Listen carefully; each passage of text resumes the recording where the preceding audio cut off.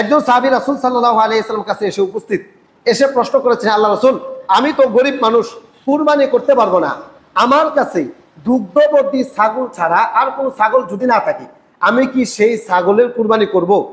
তখন রাসূল সাল্লাল্লাহু আলাইহি ওয়াসাল্লাম বলছেন, লা ওয়ালাকিন খুয মিন শা'রিকা ওয়া আযফারিকা ওয়া তাকুসসু শারিবাকা ওয়া তাহলিকু আনাতাকা ফাতিলকা তামামু উদহিয়া ইনদাল্লাহি। রাসূল সাল্লাল্লাহু আলাইহি ওয়াসাল্লাম বলেছেন, না, তোমার যেহেতু কুরবানির সামর্থ্য নাই, চাঁদ ওঠার পর থেকে তুমি হাতে নখ কাটো না, চুলগুলো কাটো না, শরীরের অঙ্গ প্রত্যঙ্গের যে চুলগুলো আছে এগুলো কাটো না, তুমি এই চুলগুলো কাটবা কুরবানির দিন।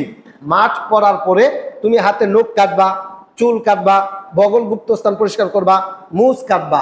তুমি যদি এই আমলটা করতে পারো তাহলে আল্লাহ তাআলা এই আমলের কারণে তোমার আমল নামায় পরিপূর্ণ একটা কুরবানির নেকি লিখে দিবেন।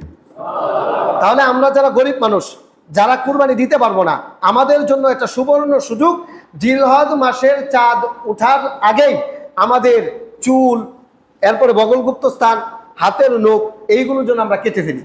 চাঁদ ওঠার পর যেন আমরা এগুলো না কাটি। ঈদের নামাজ পড়ার পরে এইগুলো কাটবেন। আপনি গরিব মানুষ, এরপরেও আল্লাহ তাআলা আপনার আমল নামায় সম্পূর্ণ কুরবানির একটা নেকি লিখে দিবেন।